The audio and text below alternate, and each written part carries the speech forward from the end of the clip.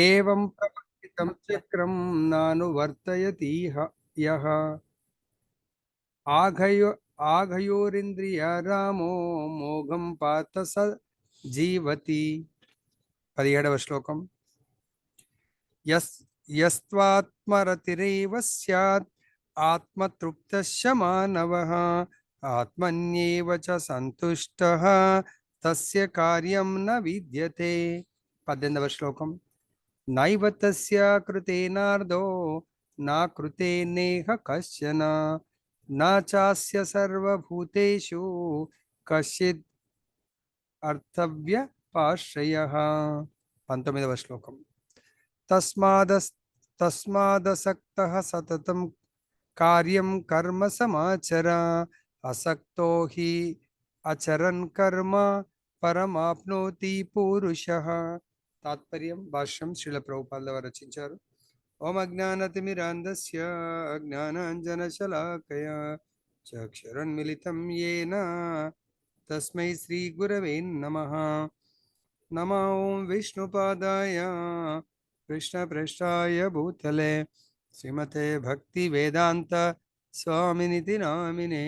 నమస్తే సరస్వతీ దేవీం గౌరవాణి ప్రచారిణి నిర్విశేష శూన్యవాది పాశ్చాత్యదేశతారిణి. జయ శ్రీ కృష్ణ చైతన్య ప్రభు నిత్యానంద శ్రీ అద్వైత గదాధర శివాసది గౌరభక్త వృంద. హరే కృష్ణ కృష్ణ కృష్ణ హరే హరే హరే రామ రామ రామ హరే హరే. जबला भगवद गीता की जय. श्री श्री राधा रमन लाल की जय. जगन्नाथ बलदेव सुभद्रा माई की जय. गवर्नमेंट थाई भगवान की जय. जगत गुरु श्री प्रभुपाद की जय. श्री श्रीपाद गुरु महाराज की जय. సో ఈరోజు మనము భగవంతుడు కృష్ణ భగవానుడు ఆదేశించినటువంటి కర్మ, తర్వాత ఇంద్రియాలు ఆదేశించినటువంటి కర్మ. సో ఇంద్రియాలు ఆదేశించినటువంటి అంటే దేహము మనని ప్రేరేపిస్తుంటది అన్నట్టు. సో ఈ కర్మ చెయ్యి, ఈ పని చెయ్యి, ఈ పని చేస్తే ఇలా సుఖంగా ఉండగలుగుతాము అంటే దేహాత్మ బుద్ధితో చేసేటువంటి కర్మ దేహాన్ని సుఖపెడుతుంది. అదేవిధంగా కృష్ణుడు ఆదేశించినటువంటి కర్మ ఆత్మని సుఖపెడుతుంది. అట్ ది సేమ్ టైం దేహాన్ని కూడా సుఖపెడుతుంది. చూద్దాం మరి ఏది మనం సెలెక్ట్ చేసుకోవాలా, ఏది మనకు ఉచితము, ఏది ఉన్నతమైనటువంటి రిజల్ట్ మనకు అందిస్తుంది. ప్రియమైన ఓ అర్జున, ఈ విధంగా వేదములచే స్థాపింపబడిన యజ్ఞ చక్రమును మానవ జీవితమున అనుసరింపని వాడు నిజంగా పాప జీవనుడగును. కేవలము ఇంద్రియ తృప్తి కొరకే జీవించుచు అట్టివాడు నిరర్ధకముగా జీవనమును గడుపును. భగవంతుడు చెప్తున్నాడు ఇక్కడ, ఎవరైతే ఇంద్రియ తృప్తి కొరకు అంటే మన ఈ భౌతిక శరీరానికి ఎన్ని ఇంద్రియాలు ఉన్నాయి? రికార్డింగ్ ఆన్ చేశారా ప్రభుజీ? చేశాను గురుజీ. హరే కృష్ణ. ఎన్ని ఇంద్రియాలు ఉన్నాయి ప్రభుజీ మనకు మామూలుగా? హరే కృష్ణ గురుజీ. కర్మేంద్రియాలు, జ్ఞానేంద్రియాలు. ఓకే, ఎన్ని అవి? కేవలం ఇంద్రియ తృప్తికి, ఇంద్రియాలు తృప్తి అంటే మనకు దేహాన్ని సుఖ పెట్టడానికి కొరకు భౌతిక సుఖాలంటే ఇంద్రియాలతోనే పొందుతాం. అదేవిధంగా ఆధ్యాత్మిక సుఖాలు కూడా ఇంద్రియాలతోనే పొందుతాం. ఇదే ఇంద్రియాలని ఆధ్యాత్మికంగా మార్చుకోవాలా? మనము పుట్టినప్పుడు బద్ధజీవులం కాబట్టి పుట్టంగానే భౌతికమైనటువంటి ఇంద్రియాలు మనకు భౌతిక సుఖాల కొరకు, సుఖాలు అనుభవించడానికి కొరకు మనకు ఈ శరీరానికి అటాచ్ అవుతాయి అన్నట్టు. అవి ఏం చేస్తే మనకు లాస్ట్ లైఫ్ యొక్క కర్మ ఫలాలను మనకు అందిస్తూ ఉంటాయి. కానీ లాస్ట్ లైఫ్ యొక్క కర్మ ఫలాలు మనని ఈ భౌతిక సంసార సాగరంలో మళ్ళీ తిరిగి ముంచేసి తిరిగి తిరిగి పునరపి జననం పునరపి మరణం, మనకు ఇలా జన్మ మృత్యు జరా వ్యాధి దుఃఖ దోషాను దర్శనం, దీన్ని మళ్ళీ మళ్ళీ అందిస్తూ ఉంటుంది. ఇంద్రియ తృప్తి కొరకు జీవించేవాడు నిరర్ధకంగా జీవనమును గడుపును అంటే జీవనం వ్యర్థమైపోతూ ఉంటుంది అన్నట్టు వాడిది. ఇంకా ఆ జీవితము వేస్ట్. ఎట్లయితే ఏమి పని పాట లేనోడు సపోజ్ ఒక్కసారి మెట్రో ట్రైన్ ఎక్కాడు అనుకోండి, వాడు దిగకుంటే చాలు, ఈ ఎండ్ నుంచి ఆ ఎండు, ఆ ఎండ్ నుంచి ఈ ఎండు, లోపల వచ్చేవాడు మెట్రో ట్రైన్లో అయితే ఇన్స్పెక్షన్ అయితే చేయట్లేదు నాకు తెలిసి, పొద్దంతా తిరుగుతూ ఉన్నాడు అనుకోని, ఏమైనా మీనింగ్ ఉందా? ఏం మీనింగ్ లేదు. సో కాబట్టి ఒకసారి ఒక గురువు గారు కూడా, ఇది చాలా ఇంపార్టెంట్, కొంచెం సమయమైనా వినండి. కావాలంటే మీకు పర్మిషన్ ఏంటంటే, సో ఏదన్నా ప్రభుజీ నేను ట్యాబ్లెట్ వేసుకోవాలా, షుగర్ ఉంది, అది ఇది అంటే ఏదైనా ప్రసాదం తినుకుంటూ చెవులు మాత్రం ఇక్కడ పెట్టండి. ఓకే, సో కొంచెం ఎగ్జామ్షన్, కానీ అటెంటివ్గా వినడానికి ప్రయత్నం చేయండి. అంటే మెట్రో ఒక్కసారి టికెట్ తీసుకొని ఇక మరి అది ఏదైనా టైం ఉంటుందేమో తెలియదు, కానీ లోపలైతే చెకింగ్ చేయరు. ఈ ఎండ్లో ఎక్కేసి అక్కడ వెళ్ళి మళ్ళీ ఇక్కడికి వచ్చి మనం ఎక్కడికో ఒక టికెట్ తీసుకుని ఉంటాం, మరి ఆ with in time 2 hours 3 hours ఏదైనా ఉంటే ఆ టైం లోపల ఎన్నిసార్లు తిరగండి. సో మీరు తిరుగుతూ ఉండొచ్చు, పని పాట లేనివాడు. ఇంతకుముందు కూడా చెప్పాను, మేము అప్పట్లో 90s 34 years కింద మా ఫ్రెండ్ ఒకడు కరీంనగర్ నుంచి వచ్చి సిటీ చూడాలనుకొని, అంటే ఇక్కడ హాస్టల్ సీట్ వచ్చింది కానీ సిటీ తిరగాలనుకొని కాలేజీలో పాస్ తీసుకున్నాడు. ఎలారా నీకు మొత్తం తెలుసు సిటీ అంతా అంటే, ఇలా చేసిన సీనన్న అని చెప్పేసి చెప్పిండు అన్నట్టు. ఎలా అంటే బస్ ఎక్కాల, ఆ ఎండ్ వరకు పోవాలా బస్సు, మొత్తం విండో దగ్గర కూర్చోవాలో చూస్తూ ఉండాలి.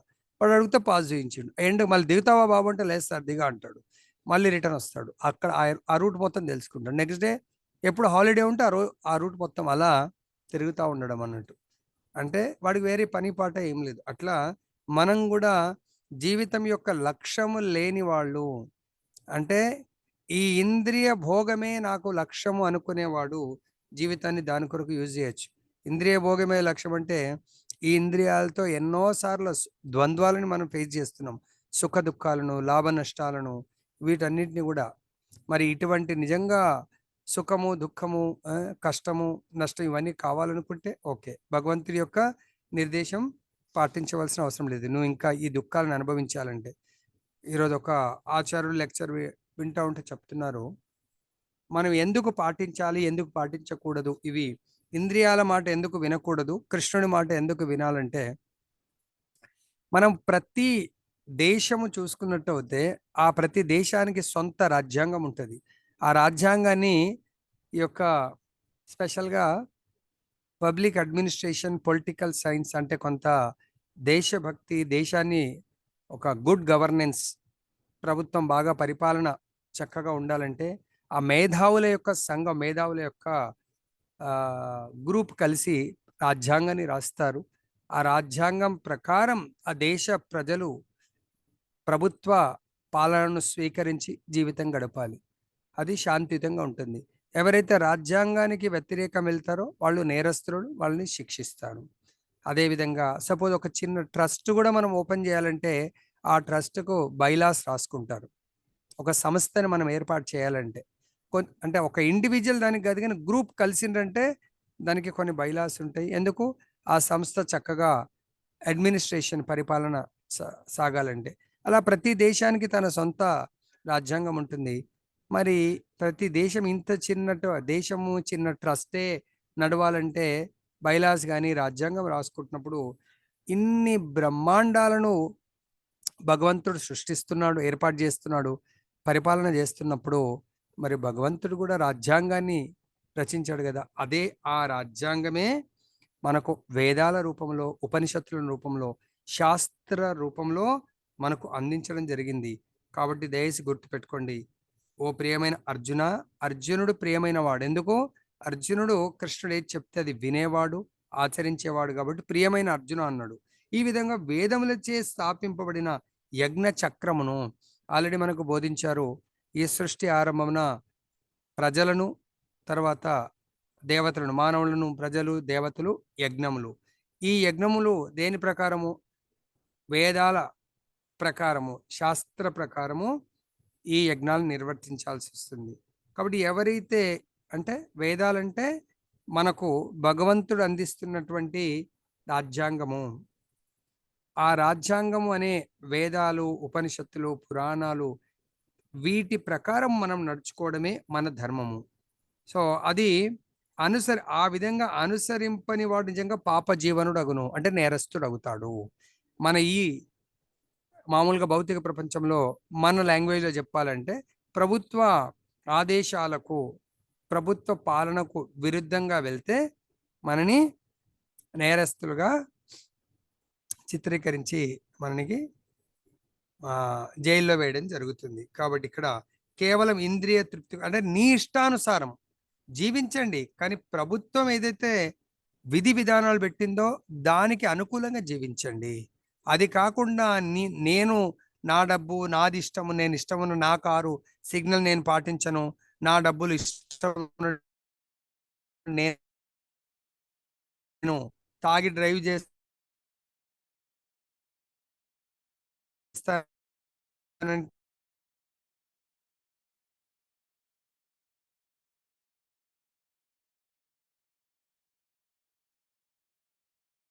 తాగి డ్రైవ్ చేస్తే మనని శాస్త్రానుసారము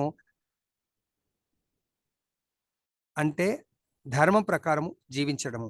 ఈ ధర్మాన్ని భగవంతుడు మనకు ఇందాక బలరామకృష్ణ ప్రభుజీ 15.15 అని చదివాడు. ఎందుకో మనం కూడా అలవ్ చేశాం కాబట్టి ఇక్కడ అది ఉపయోగకరంగా ఉంటుంది. 15.15 అంటే చాలా ఫేమస్ శ్లోక. సో అది ఏం శ్లోక అది?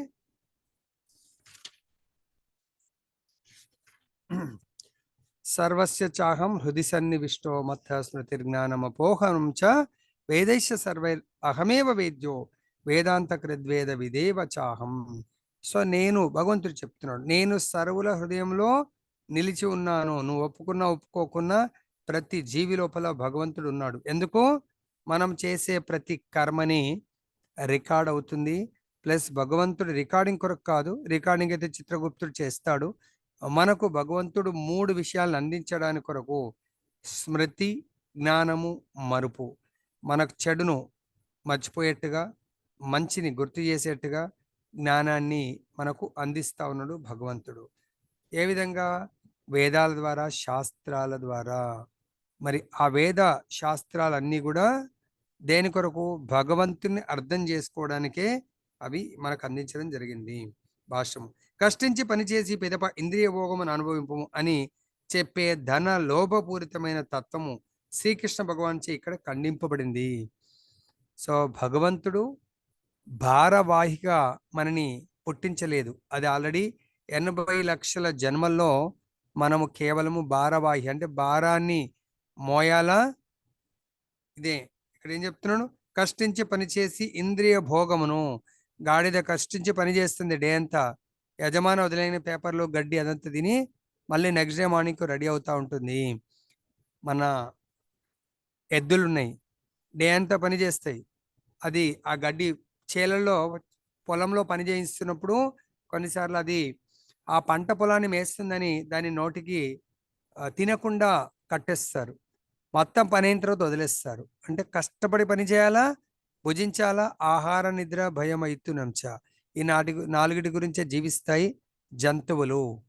దాని తర్వాత వాటిని వదిలేయడం జరుగుతుంది. మన జన్మ దాని కొరకు కాదు, ఇంద్రియ భోగం కొరకు. అయితే మళ్ళీ భగవంతుడు మనని ఏ స్టోరీ అది? ఎలక వచ్చి గురువుగారు నన్ను ఆశీర్వదించండి, నేను చాలా ప్రమాదంలో ఉన్నాను, ఏం చేయాలి నీకు అంటే నన్ను పిల్లిగా మార్చండి. ఓకే, పిల్లిగా మారిపో. కొంతకాలం తర్వాత పిల్లి మళ్ళీ వస్తుంది. ఏంటి మళ్ళీ వచ్చావు అంటే నేను మళ్ళీ ఇబ్బందుల్లో ఉన్నాను, బాధల్లో ఉన్నాను. ఏంటి నీకు వచ్చిన కష్టము? నన్ను కుక్క వెంటాడుతా ఉంది, కాబట్టి నన్ను కుక్కగా మార్చేయి. ఓకే, కుక్కగా మారిపో అంటాడు. మారిపోతుంది. మళ్ళీ కొంతకాలానికి కుక్క వస్తుంది. ఏంటి మళ్ళీ వచ్చావంటే నాకు చాలా ఇబ్బందుల్లో ఉన్నాను. ఏంటంటే పులి నన్ను తరుముతా ఉంది, మరి ఇప్పుడు ఏం కావాలా? పులిగా మార్చేయి. సరే, పులిగా మారిపో. పులిగా మారిపోగానే గాండ్రిస్తా ఉంది. ఏంటి గాండ్రిస్తున్నావు అంటే నాకు ఆకలిగా ఉంది. అయితే మరి ఏం చేస్తావు? నిన్ను తినేస్తాను, తినాలని ఉంది. అంటే చూడండి, అంటే మేలు చేసిన వాడినే కీడు చేయడం. అంటే ఆయనని తినాలనుకుంటుందంటే ఆయన ఏం చేస్తాడు అంటే భగవంతుడు మనకు ప్రమోషన్ ఇస్తా ఉన్నాడు. 80 లక్షల జన్మల్లో మనకు ప్రమోషన్ ఇస్తూ మానవ జన్మిచ్చి మళ్ళీ ఇటువంటి జన్మ మృత్యు చక్రంలో పడకుండా ఆధ్యాత్మిక ప్రపంచాన్ని చేరుకోవడానికి భగవంతుడు చెప్పిన ధర్మాన్ని పాటించాల్సింది పోయి అటువంటి భగవంతుడినే భక్షించాలి. అటువంటి భగవంతుడు చెప్పిన ధర్మాన్నే మనము అధర్మంగా మార్చడానికి మనం ఇక్కడ ఇష్టమున్న ఫిలాసఫీని తీస్తూ ఉంటాం. అటువంటి వాళ్ళకి ఏం చేస్తున్నాడు? పునర్ముషిక భవ అంటే మళ్ళీ తిరిగి ఎలకగా మారిపో, తిరుగు జంతువుగా పక్షిగా మారిపో అని చెప్పేసి భగవంతుడు దాన్ని ఖండించాడు, అటువంటి ఫిలాసఫీని. కనుక ఈ భౌతిక జగత్తును అనుభవింపగోరు వారికి పైన పేర్కొనబడిన యజ్ఞాచరణ చక్రం అత్యంత అవసరము. ఓకే, ఇంద్రియ భోగాన్ని అనుభవించండి, కానీ శాస్త్ర సమ్మతంగా పాటించండి. అంటే భగవంతుడు మనకిచ్చినటువంటి బైలాస్ ఆర్ కాన్స్టిట్యూషన్ అది దేని ద్వారా ఇచ్చాడు? వేదాచరణ, యజ్ఞాచరణ. వేదాల ప్రకారము యజ్ఞాచరణ మనం పాటించినట్టయితే, ఆ యజ్ఞాచరణ చక్రాన్ని మనం పాటించినట్టయితే మనము ఈ బంధ ముక్తుల నుంచి అంటే బంధనాల నుంచి ముక్తిని పొందగలుగుతాము. అట్టి నియమములను అనుసరింపలేని వాడు మిక్కిలి గర్హితుడై మిక్కిలి అపాయకరమైన జీవితమును గడుపును. కాబట్టి దయచేసి మనం ఇప్పటి వరకు నియమ నిబంధనలు పాటిస్తున్నామా లేదా తెలియదు. పాటించకపోతే మాత్రం మన జీవితం చాలా రిస్క్ డేంజర్లో ఉన్నట్టు. సపోజ్ ఎవరైతే ఆరోగ్యం బాగానే ఉంది అనుకోకుండా కొంచెం డల్గా అనిపిస్తుంది, లేకుంటే సడన్గా హెవీ ఫీవర్ వచ్చి హై ఫీవర్ వచ్చి ఏదో సిక్ అయ్యాం అనుకుందాం. అప్పుడు మనం ఏం చేస్తాం? డాక్టర్ దగ్గరికి వెళ్ళి ఏదో కాళ్ళు స్వెల్లింగో ఇంకేదో సంథింగ్ కడుపులో నొప్పి ఏదో వచ్చింది,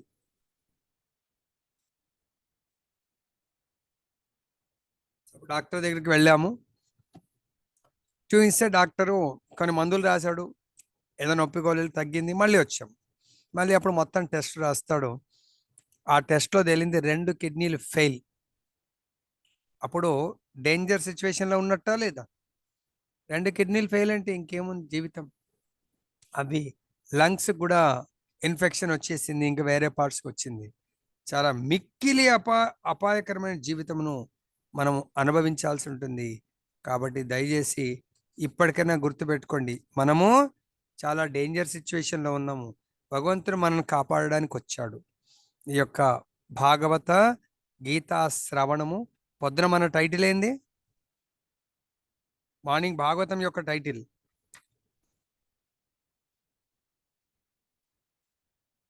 హరే కృష్ణ.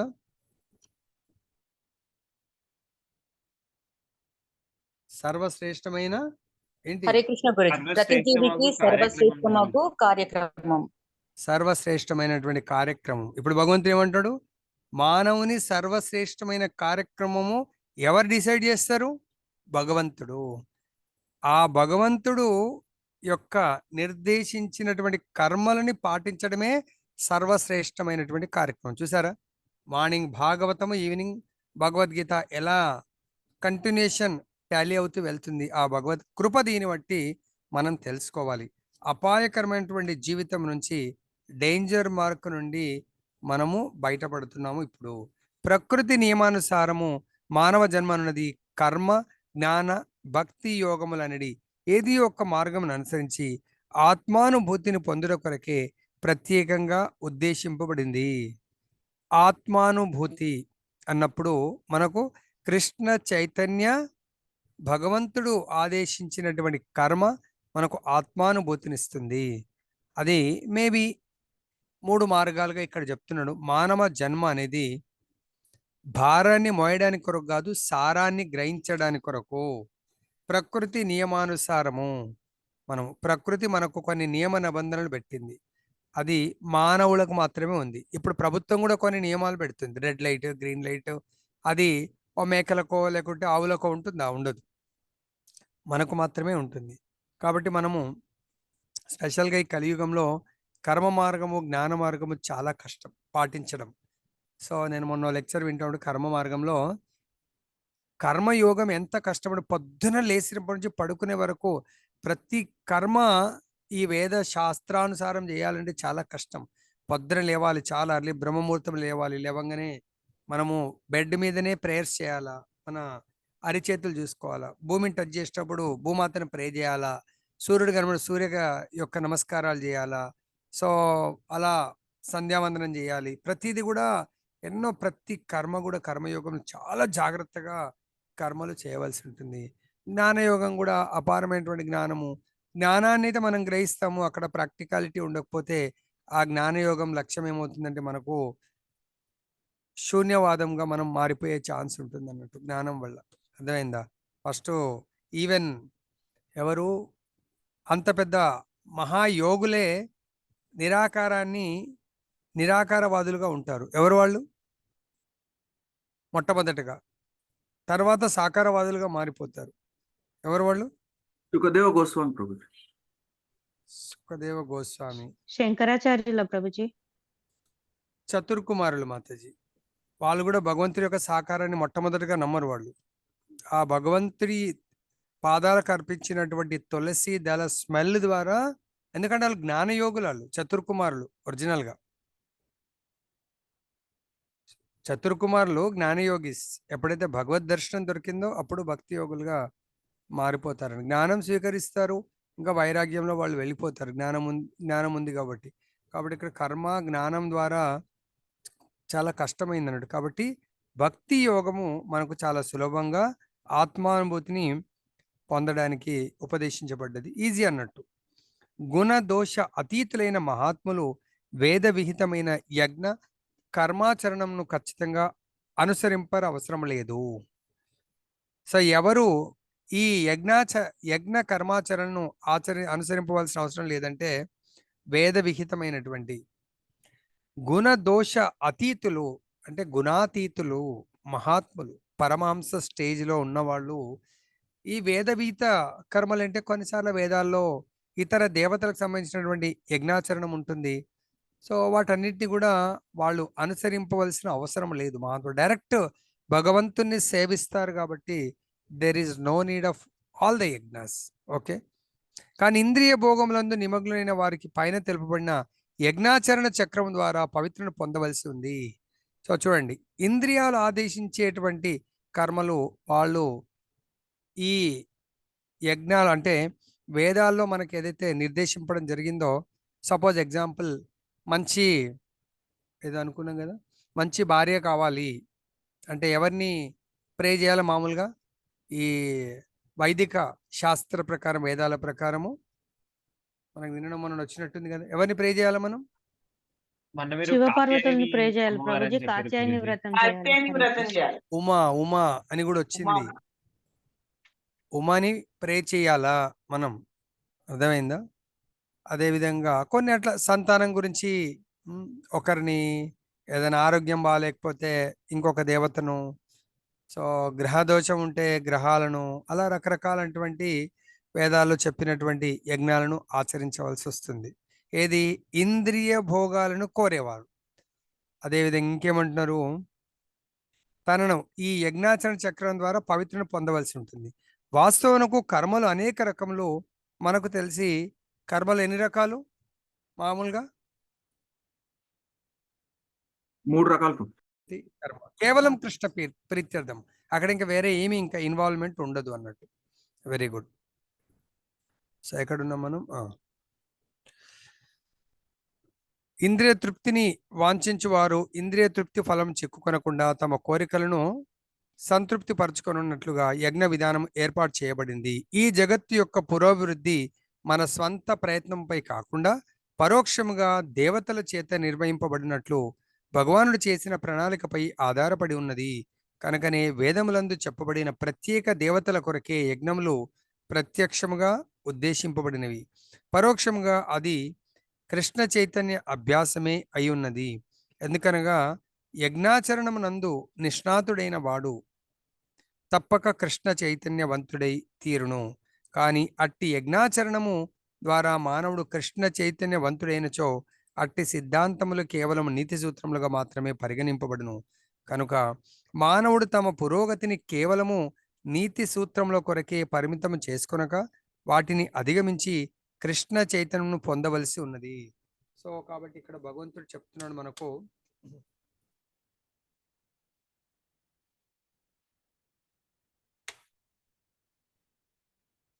వేదాల్లో మనకు బోధించినటువంటి ఇతర దేవతలు మనకు భగవంతుడి కూడా ఉండొచ్చు. సో ఇండైరెక్ట్ వేలో ఉంటుంది. ఇతర దేవతల కొరకు చేసే యజ్ఞం కూడా అంతంగా మళ్ళీ నాకే సమర్పింపబడుతుంది. అట్లీస్ట్ వాడు నాస్తికుడు, నిరాకారవాది కంటే కూడా అట్లీస్ట్ దేవతల ద్వారా యజ్ఞాలను ఆచరించేవాడు స్లోగా కృష్ణ చైతన్యానికి ఎదుగుతాడు. కానీ వాడు ఎవరైతే ఈ యజ్ఞాలు చేస్తా ఉన్నాడో అది కేవలము అటువంటి మానవుడు యజ్ఞాచరణం ద్వారా మానవుడు కృష్ణ చైతన్యవంతుడైనచో, సో ఈ వేదాల్లో నిర్దేశించబడినటువంటి ఆ యజ్ఞాల ద్వారా కృష్ణ చైతన్యవంతుడైతే అది కేవలము అటువంటి సిద్ధాంతాలు కేవలం నీతి సూత్రములుగా పరిగణింపబడతాయి. కానీ ఏదైతే మనం ఆ నీతి సూత్రాల కొరకు మాత్రమే పరిమితమైతే అది చాలా కష్టం. దాని ద్వారా కృష్ణ చైతన్యంలోకి వచ్చి ఇంకా కృష్ణ చైతన్యంలో ముందుకు వెళ్ళాలా, అక్కడే ఉండకూడదు. చాలా మంది భక్తులు మన దాంట్లో కూడా హనుమాన్ భక్తులం ఉన్నాము, ఇంకా వేరే సాయి పూర్వపు దాంట్లో సాయిబాబాను కొలిసే వాళ్ళు ఉండే. సో మొత్తానికి అట్లీస్ట్ అసలు గుడికే వెళ్ళకుండా నాస్తికుడు కంటే అట్లీస్ట్ ఇప్పుడు ఆ భగవంతుని ఎవరిదో వీడియో ఆన్ ఉందమ్మా, వీడియో బంద్ చేయండి. సో అట్లీస్ట్ ఆ విధంగా హనుమంతుడి దగ్గరకో మాతా దగ్గరికి లేదంటే ఏదైనా టెంపుల్కి వెళ్తూ అక్కడ స్టిక్ ఆన్ అవ్వకుండా మనము కృష్ణ చైతన్యం ఒకసారి అలవాటు అయిందంటే we should focus on Krishna conscious, Krishna చైతన్యం లో ముందుకు వెళ్ళాలా. లేదంటే కేవలం ఏదో నీతి సూత్రాలాగా ఆ సూత్రాన్ని పాటించడానికి కొరకే సూత్రం బైహార్ట్ చేసి మనం నాకు సూత్రం వస్తుందంటే దాంట్లో విలువలని సబ్స్టిట్యూట్ చేసి ఆన్సర్ తీసుకొస్తే చాలా అద్భుతంగా ఉంటుంది. లేకుంటే ఓన్లీ సూత్రాలు బైహార్ట్ చేయడం మట్టుకే మిగిలిపోతే లాభం ఉండదు. నెక్స్ట్, కానీ ఆత్మానుభవపూరితమైన జీవితంతో ఆత్మయందే ఆనందమును గొనుచు ఆత్మయందే తృప్తుడై పరిపూర్ణ సంతుష్టిని పొందడానికి చేయవలసిన కర్మం ఏమీను లేదు.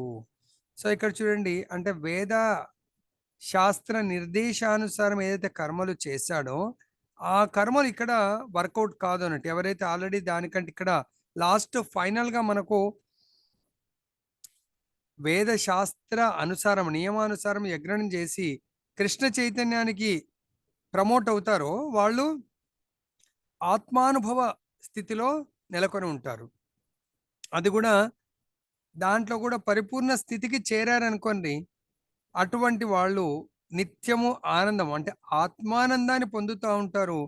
సో ఎవరైతే ఈ ఆత్మానంద తృప్తుడై ఉన్నాడో అతనికి ఈ భౌతికమైనటువంటి ఇంద్రియ తృప్తికి సంబంధించినటువంటి కర్మలు చేయవలసిన అవసరం ఉండదు. భాష్యం, సంపూర్ణ కృష్ణ చైతన్యవంతుడై కృష్ణ చైతన్యంలోని తన కర్మలచే పూర్తిగా తృప్తి నొందిన వానికి చేయవలసిన కర్తవ్యం ఏదీనూ ఉండదు. కృష్ణ చైతన్యవంతుడగుటచే అతనిలోని పాప కర్మ ఎంతయు వెంటనే తొలగింపబడుచున్నది. ఇక్కడ చూడండి, ఎవరైతే సంపూర్ణ శరణాగతి కృష్ణుడికి సంపూర్ణ శరణాగతి పొంది కర్మలు చేస్తున్నారు అనుకోండి, ఇంకా ఆయన మీద పాప కర్మ అంటే లాస్ట్ లైఫ్ యొక్క కర్మ ఫలాలు శిక్షలు అనుభవించవలసిన అవసరము లేదు అని చెప్తున్నాను అన్నట్టు. కొందరికి ఏంటంటే ఏం చేస్తాం ప్రభుజీ, ఇంకా మా పాప కర్మ ఉన్నట్టుంది, ఆ ప్రీవియస్ కర్మ చేయాల్సి ఉంటుంది. సో ఏం చెప్తారంటే కొన్నిసార్లు మనం వెళ్ళకూడనటువంటి ప్లేస్కి వెళ్తారు వాళ్ళు. అక్కడికి ఏం చేయాలి ప్రభుజీ, సెంటిమెంట్ మా వాళ్ళు పిలిచారు మేము అడిగి వెళ్ళాలి కదా అంటే అటువంటి పాప కర్మలో ఇంకా భాగస్వాములు కావాలనుకుంటున్నారు. ఎవరైతే కృష్ణ చైతన్యుడు సంపూర్ణ స్థితిలో నెలకొని ఉన్న వాళ్ళకు అటువంటి కర్మల్లో వాళ్ళు మళ్ళీ పాలు పంచుకోవాల్సిన అవసరము లేదు అని మనకి ఇక్కడ చెప్తున్నారు. అది వేల కొలది యజ్ఞాచరణలో ఫలంతో సమానమైనది. అది కృష్ణ చైతన్యంలో కర్మ అనేది వేల కొలది యజ్ఞములు ఆచరించిన తర్వాత వచ్చే ఫలంతో సమానమైంది కృష్ణ చైతన్య కర్మ ఫలము. ఆ విధంగా చైతన్యము శుద్ధి పడినప్పుడు అంటే మనది మలిన చైతన్యము పవిత్రమైపోయింది అంటే భౌతికమైనటువంటి పాప కర్మలతో కూడుకున్నటువంటి కర్మలను అనుభవించేటువంటి చైతన్యముని మనము మలిన చైతన్యం అంటారు. అంటే పాపపు దృష్టి ఆర్ అటువంటి కాన్షియస్ లో ఉన్నప్పుడు అది కృష్ణ చైతన్యంతో శుద్ధి పడినప్పుడు అది ప్యూరిఫై అయిపోతుంది. ఎలా తెలుస్తుంది? భగవానునితో సంబంధంతో కూడిన తన నిజ స్వరూప స్థితిని మానవుడు అనుభూతి చెందగలుగును. అంటే నేను జీవేర స్వరూపహయ కృష్ణ నిత్యదాస్, నేను కేవలము కృష్ణుడి యొక్క దాసుని అని ఎప్పుడైతే ఆ స్థితికి ఎదుగుతామో అప్పుడు మనం గ్రహించవచ్చు ఈయన యొక్క చైతన్యము శుద్ధి పడింది అంటే పవిత్రంగా మారింది. ఈయన ఏది మాట్లాడినా, ఏది చేసినా, ఏది భుజించినా, ఏది ఆలోచించినా, సో ఆయన నోట్లోంచి కానీ మనస వాచ కర్మన కేవలము కృష్ణుడి గురించే మాట్లాడతాడు. కృష్ణుడిని చూడాలనుకుంటాడు, కృష్ణుడికి సంబంధించిన ప్రసాదాన్ని భుజించాలనుకుంటాడు, కృష్ణ భక్తులతో మాట్లాడాలని అనుకుంటాడు. అనుక్షణం గురు కృష్ణుడిని స్మరిస్తూ ఉంటాడు. సో అతని యొక్క చైతన్యము ప్యూరిఫై అయినట్టు మనం గుర్తించవచ్చు. అట్టివానికి భగవానుని కృపచే అతని విద్యుక్త ధర్మం స్వయంగా స్ఫురించును. అటువంటి వాడికి విద్యుక్త ధర్మం ఏది చేయాలి, ఏది చేయకూడదనేది అనుక్షణము గురు కృష్ణ ప్రసాద పాయే భక్తి లతా బీజ్.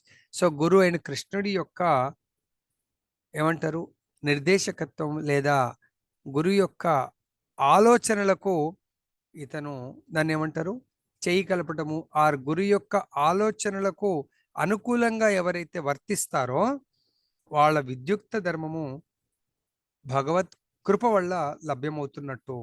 అంటే వాళ్ళు విద్యుక్త ధర్మము అనేది కేవలం కృష్ణ కర్మని మాత్రమే చేస్తారు. కృష్ణ కర్మ కాకుండా నా సకామ కర్మ చెయ్యరు, వికర్మ చెయ్యరు. అట్టి వానికి భగవాను కృప చే అతని విద్యుక్త స్వయంగా స్ఫురించును. కనుకనే అతడు వేద నిర్దేశములను అనుసరింపవలసిన నిర్బంధము లేదు. వేదాల్లో చెప్తారు పలానా పూజ చేయాలా, పలానా సమయంలో, పలానా మాసంలో, ఇంకా వాళ్ళు అది పాటించవలసిన అవసరము లేదు అని చెప్తున్నారు. అట్టి కృష్ణ చైతన్యవంతుడు అట్టి కృష్ణ చైతన్యవంతుడు ఎట్టి భౌతిక కర్మల యందును ఆసక్తిని కలిగి ఉండడు. చూడండి దయచేసి, సంపూర్ణ కృష్ణ చైతన్యంలో ఉన్నవాడు భౌతిక కర్మల యందు ఆసక్తి ఉండదు. పలానా దగ్గర మనం కృష్ణ చైతన్యంలో రోజు మంగళారతి చేస్తున్నాము, రోజు నామం చేస్తున్నాము, రోజు అన్ని పాటిస్తున్నాము. ఇంట్లో కేవలం ఆఫరింగ్ చేసిన ఫుడ్ మాత్రమే తీసుకుంటున్నాం. భౌతిక కర్మలు, బయట భౌతిక భోగాల పట్ల, భౌతిక భోగాలంటే భౌతిక కర్మల యందు ఆసక్తిని కలిగి ఉండడు.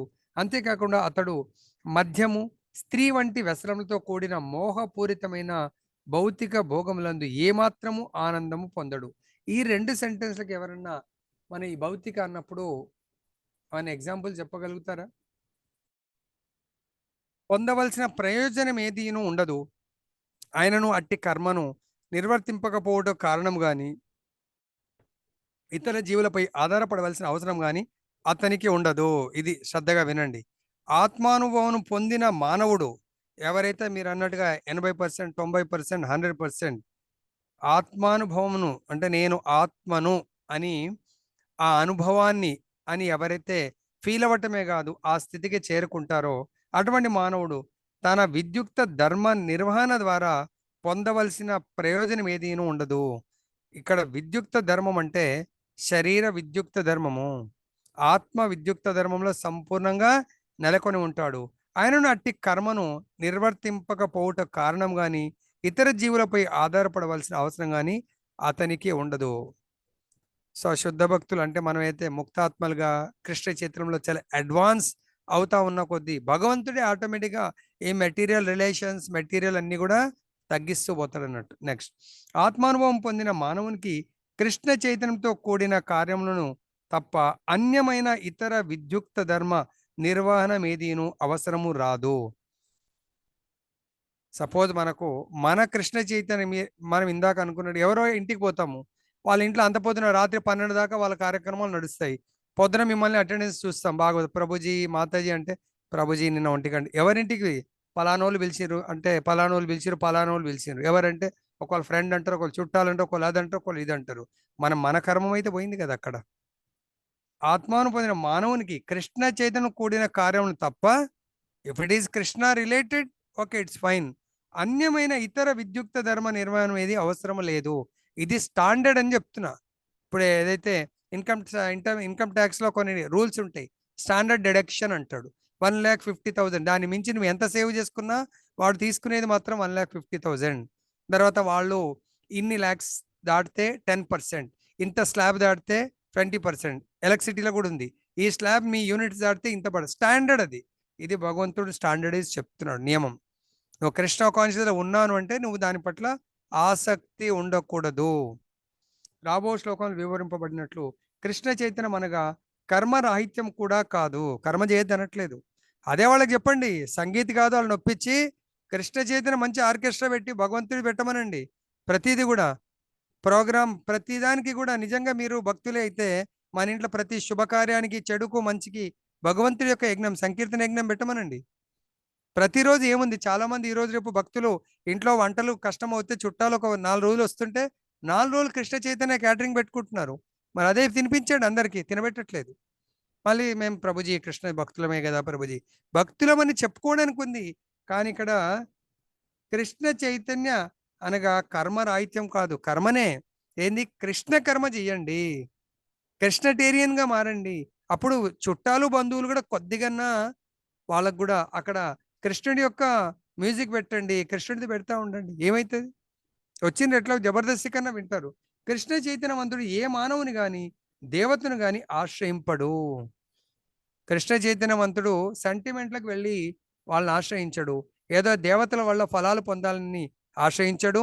తర్వాత మానవుడు అంటే బాబాస్, ఏ బాబాస్ని కూడా కృష్ణుడితో ఈక్వల్గా చూసి ఆయన నుంచి వరాలు పొందాలని అనుకోడు.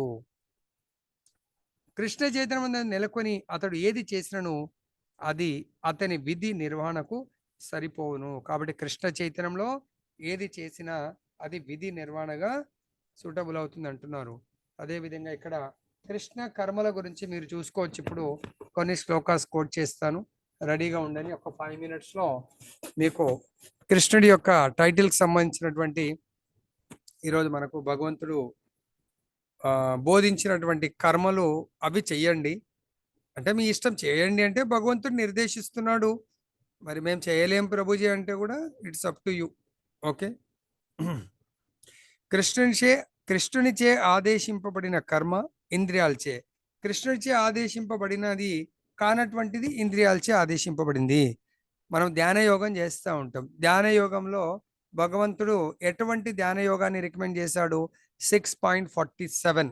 ఓకే, సో అది భగవంతుడు పాటించమని చెప్పాడు. అటువంటి ధ్యాన యోగులు నాకు చాలా ప్రియమైన వాళ్ళు అని చెప్పారు. 6.47 ఏమన్నారు? ఆ మొత్తం 6వ అధ్యాయానికి సారం అన్నట్టు. చూడండి ఒకసారి, మీ దగ్గర బుక్ ఉంటే నేను చెప్తాను, లేకుంటే మీరు ఎవరైనా రెడీ ఉంటే చదవచ్చు. యోగినామపి సర్వేషాం మద్గతేనాంతరాత్మన శ్రద్ధావాన్ భజతే యో మాం సమే యుక్తతమో మతః. అత్యంత శ్రద్ధతో నా భావనయందే, శ్రద్ధ కాదు అత్యంత శ్రద్ధ అంటున్నాడు, నా భావనయందే సదా నిలిచి ఉండువాడు. మనం భౌతిక వ్యక్తుల దగ్గరికి, భౌతిక ఫంక్షన్స్కు, భౌతికమైనటువంటి వాటి దగ్గరికి వెళ్ళినప్పుడు, ఇప్పుడు పొలిటికల్ నడుస్తూ ఉంది, పొలిటికల్ దగ్గర వెళ్తే భగవంతుడి శ్రద్ధ ఉంటుందా? భగవద్ భావన ఉంటుందా? ఉండదు. భగవంతుడి భావన సదా నిలిచి ఉండేవాడు, నన్నే తనేందు సదా స్మరించువాడు. మరి భౌతిక ఫంక్షన్స్ దగ్గర వెళ్తే మనం భగవంతుని స్మరించగలుగుతామా? ఎవరితో చావుకు వెళ్ళాం, ఏడుస్తూ ఉంటే మనం కూడా ఏడుస్తూ ఉంటే అక్కడ మనం భగవంతుని స్మరిస్తూ ఉంటాం. చావుకు మనం కూడా వెళ్తాం. ఏం చేసాం మనము? భగవంతుడి యొక్క నామ సంకీర్తన చేశాం, భగవంతుడి యొక్క జపం చేశాము. స్మరించువాడు, నాకు దివ్యమైన ప్రేమయుక్త సేవను వనరించువాడు. నిజమైన యోగి యోగులందరిలో కంటే గొప్ప యోగి అని చెప్తున్నాడు. అదేవిధంగా ఈ ప్రాక్టీస్ చేస్తూ మీరు ఎగ్జామ్ రాయవలసిన సమయం వచ్చినప్పుడు మీకు ఆన్సర్ భగవంతుడి ఇక్కడ చెప్తున్నాడు. 8వ అధ్యాయము 5-6 శ్లోకాల్లో చెప్తున్నాడు. అంత్యకాలేచ మామేవా స్మరణ ముక్త్వా కలేవరం య ప్రయాతి సమద్భావం యాతి నాతి అస్త్ర సంశయ. అంత్యకాలం నా ఎగ్జామ్ రాసేటప్పుడు ఈ ఆన్సర్ గుర్తుపెట్టుకోండి, నన్ను స్మరించండి. అందుగురించే యోగా చేసినా నా గురించి స్మరించండి, కర్మ చేసినా నా గురించి కర్మ చేయండి, జ్ఞానము నేను చెప్పిన జ్ఞానాన్ని స్వీకరించండి, భక్తి నా గురించి భక్తి చేయండి. కాబట్టి స్మరించువాడు దేహం విడవంగానే తత్క్షణమనే నా దివ్య భావాన్ని పొందుతాడు అంటున్నాడు. అదేవిధంగా 6వ శ్లోకంలో యం వాపి స్మరణ్ భావం త్యజత్యంతే కలేవరం తం తమేవైతే కౌంతేయ సదా తద్భావ భావిత. ఓ కౌంతేయ, దేహమును త్యజించినప్పుడు మానవుడు ఏ భావమును స్మరించినో అదే భావమును అతడు నిశ్చయంగా పొందును. ఏదో మనం సంగీతంలో డ్యాన్స్ చేస్తూ ఉన్నాం, ఇక అక్కడ తప్పదు, ఆ మ్యూజిక్ మన కాళ్ళు చేతులు కూడా లేస్తూ ఉంటాయి. ఒక ఆవిడ అలానే మనకు నిజామాబాద్లో 2015 ఆ ప్రాంతంలో మన సత్సంగకి వస్తుండే, ఆ మాతాజీ వేరే వాళ్ళ ఫంక్షన్కి వెళ్ళింది. ఫంక్షన్లో రిసెప్షన్లో డ్యాన్స్ చేస్తుంది. నేను చెప్పేది, ఆ డ్యాన్స్ చేస్తున్నప్పుడు కొలాప్స్ అయిపోయింది. ఆమెను అర్జెంటుగా హాస్పిటల్ తీసుకెళ్తే టెస్ట్ చేస్తే దాన్ని ఏమంటారు, క్యాన్సర్ ఫైనల్ స్టేజ్లో ఉంది. Within 10-15 days or 1 month she left her body. ఆమె తన శరీరాన్ని వదిలేసింది. కాబట్టి అక్కడే స్పాట్లో హార్ట్ అటాక్ వస్తే ఏం చేస్తారండి? ఏం త్యజించిన మానవుడు ఏ భావం? అక్కడ మస్త్ మైఫిల్లో ఉన్నాం మనం. సో అదే గుర్తొస్తుంది, ఆ భావాన్ని పొందుతాం. ఒక జన్మ అయితే మనం లాస్ అయ్యే అవకాశం వస్తుందేమో. కాబట్టి దయచేసి గుర్తుపెట్టుకోండి. తర్వాత ఇంకేం చెప్తున్నారు దీంట్లో?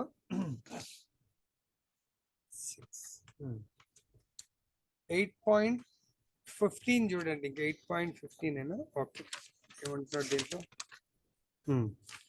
8.15లో భగవంతుడు చెప్తున్నాడు, అంటే ఇవన్నీ కాషన్స్ ఇస్తున్నాడు భగవంతుడు. మాముపేత్య పునర్జన్మ దుఃఖాలయమ శాశ్వతం నాప్నవంతి మహాత్మానః సంసిద్ధిం పరమాం గత.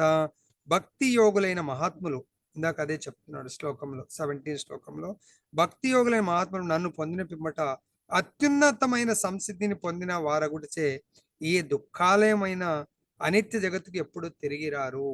అంటే భగవంతుని పొందడానికి మనం కష్టపడుతున్నాం, ఎందుకు? మళ్ళీ ఇక్కడికి తిరిగి రాము. అదే ఒకవేళ భగవంతుని పొందకుండా ఏ లోకం వెళ్ళినా తిరిగి వస్తామనేది నెక్స్ట్ శ్లోకంలో చెప్తున్నాడు, 16 శ్లోకంలో. ఆ బ్రహ్మ భువన అలోక పునరావర్తినో అర్జున మాముపేత్యతు కౌంతేయ పునర్జన్మన విద్యతే. భౌతిక జగత్తునందలి అత్యున్నత లోకం మొదలుకొని అత్యధమ లోకం వరకు గల సర్వలోకములు జన్మ మృత్యు భరితమైన దుఃఖ ప్రదేశములే. కానీ ఓ కౌంతేయ, నా లోకము చేరిన వాడు ఎట్టి పరిస్థితిలో తిరిగి రాడు అని చెప్తున్నాడు. ఫైనల్ గా మీరు ఇంకా కొన్ని శ్లోకాలు చెప్పండి అంటే ఎవరు చెప్పలేరు. 18th చాప్టర్లో ద టాప్ మోస్ట్ శ్లోక, అత్యంత ప్రియమైన వాడు భగవంతుడికి, ఇంకా అంతకంటే ప్రియమైన వాడు ఎవ్వడు లేడు అని భగవంతుడు చెప్తున్నాడు. ఏ శ్లోకం అది? హరే కృష్ణ. 18.69 ప్రభుజీ. 18.69 చదవండి మాత. ఏం శ్లోక అది? నచ తస్మాన్ మనుష్యేషు కశ్చిన్ మే ప్రియకృత్తమః భవితా నచ మే తస్మాత్ అన్యః ప్రియతరో భువి. హరే కృష్ణ. తాత్పర్యం చదవండి. తాత్పర్యం శ్రీల ప్రభుపాదుల వారు రచించారు. అతని కంటేను మిక్కిలి ప్రియమైన సేవకుడు నాకు ఈ ప్రపంచంలో లేడు. అతన్ని మించిన మిక్కిలి ప్రియమైన వ్యక్తి మరొకడు ఉండబోడు. ఎవరైనా బోనఫైడ్ స్పిరిచువల్ మాస్టర్ ప్రభుజీ, ఎవరైతే కృష్ణ కాన్షియస్ ని స్ప్రెడ్ చేస్తారో వాళ్ళని మించిన వాళ్ళు ఇంకెవరు ఉండరు భగవంతుడికి ఇష్టమైన వాళ్ళు అని చెప్తున్నాడు ప్రభుజీ. హరే కృష్ణ. అతను అనేది ఏ శ్లోకం డైరెక్ట్ చేస్తుంది? ఏ శ్లోకం కాదు, చూడండి ఏ శ్లోకం ని డైరెక్ట్ చేస్తుంది. అది ఆల్రెడీ చెప్పాను, రివర్స్ 68 ప్రభుజీ. 68 అది గుర్తుపెట్టుకోండి. అతను అంటే ఇట్లా ఆరో చేయిస్తుంది అన్నట్టు. నెక్స్ట్ ఎవరైనా చదవండి. ఎవరు వాళ్ళు? 68 చదవండి. చదువు ప్రభుజీ. హరే కృష్ణ. తాత్పర్యం శ్రీల ప్రభుపాదుల వారు రచించారు. ఈ పరమ రహస్యంను భక్తులకు వివరించువానికి శుద్ధ భక్తియుక్త సేవ నిశ్చయంగా లభించును. అతడు అంత్యంన నన్ను చేరుకొనును. హరే కృష్ణ ప్రభుజీ. చూడండి ఇక్కడ భగవంతుడు చెప్తారు ఇది అన్నట్టు. అంటే భగవంతుడు నిర్దేశించే కర్మ ఇవి. భగవంతుడు ఏం చేయమంటున్నాడో అది చేయాలి మనం, ఏం చేయొద్దంటున్నాడో అది చేయకూడదు. సింపుల్. మనకు ప్రతి ఆఫీస్లో డూస్ అండ్ డోంట్స్ ఉంటాయి, బయట పోలీస్ వాళ్ళు డూస్ అండ్ డోంట్స్ ఉంటాయి. ప్రతి దగ్గర కూడా మన ఇంట్లో తల్లి కూడా మనకు కూతురుకు వంట చేపించేటప్పుడు ఏం చేయాలి ఏం చేయకూడదు చెప్తా ఉంటది, అక్కడ పాటిస్తాము. ఇక్కడ వచ్చేసరికి మనం భగవంతుడిని పాటించలేకపోతున్నాము. ఏమంటే ఈ పరమ రహస్యము, ఈ కృష్ణ చైతన్య సంబంధించిన రహస్యం భగవద్గీత భాగవతాన్ని భక్తులకు వివరించే వానికి శుద్ధ భక్తియుక్త సేవ నిశ్చయంగా లభిస్తుంది అంటున్నాడు. శుద్ధ సింపుల్ గా ప్రచారం చేయండి, ఈజీగా మీకు దొరుకుతుంది అంటున్నాడు. దానికి చైతన్య చరితామృతంలో చైతన్య మహాప్రభు సేమ్ ఇదే విధంగా మీనింగ్ వచ్చేట్టుగా ఒక శ్లోకంలో చెప్తారు. ఏమంటున్నారు? ఏం చేయమంటున్నాడు చైతన్య మహాప్రభు? భగవంతుడు ఇక్కడ పరమ రహస్యాన్ని భక్తులకు వివరించమంటున్నాడు. వివరించడం వల్ల శుద్ధ భక్తియుక్త సేవ నిశ్చయంగా లభిస్తుంది అన్నాడు. చైతన్య మహాప్రభు ఎక్కడ వెళ్ళినా, మీరు ఎవరిని కలిసినా ఏం చేయమని? ఆ శ్లోకం ఏంటది? ఎక్కడ వెళ్ళినా ఎవరిని కలిసినా ఏదో శ్లోకం ఉంటది. బ్రహ్మాండ భ్రమితు భాగ్యవానిజీ. అది ఎవరు అదృష్టవంతుడు అనట్లేదు. ఇక్కడ ఏమంటున్నాడు? పరమ రహస్యాన్ని భక్తులకు వివరించడానికి చైతన్య మహాప్రభు ఎవరిని కలిసినా భగవంతుడి గురించి ఏదో అది చెప్తారు. అంటే నాకు శ్లోకం తెలుసు, ఇంటిస్తున్నాను మీకు. మరి ఇంత ఇంటిస్తే కూడా మీకు చెప్పండి ఏమంటున్నారు? యారే దేఖో సారే హరే ఉపదేశం. కృష్ణ ఉపదేశ్. ఇక్కడ కూడా అదే చెప్తున్నారు కదా, ఏమంటున్నాడు? ఇలా టాలీ చేసుకోవాలా, అర్థమైందా? యారే దేఖో తారే కహో కృష్ణ ఉపదేశ్. తర్వాత ఇంకోటి చెప్తారు, పృథ్వీతే ఆచే ఏం చేయాలా? యత యతి నగరాది గ్రామ సర్వత్ర ప్రచార హోయి మోరనామ. మోరనామం. భగవంతుడు పృథ్వీ మొత్తంలో యత నగరాది గ్రామ, నగరము గ్రామంలో నా నామాన్ని ప్రచారం చేయమంటున్నాడు.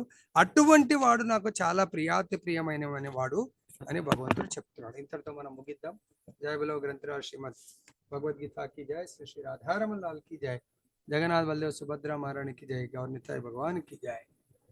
ఎవరికైనా దీంట్లో సందేహాలు ఉన్నాయా? చాలా సమయం అయింది అనుకోండి. Of course 8:42. హరే కృష్ణ ప్రభుజీ. చిన్న డౌట్ ప్రభుజీ. ప్రభుజీ ఇక్కడ మనం ప్రభుజీ ఓకే.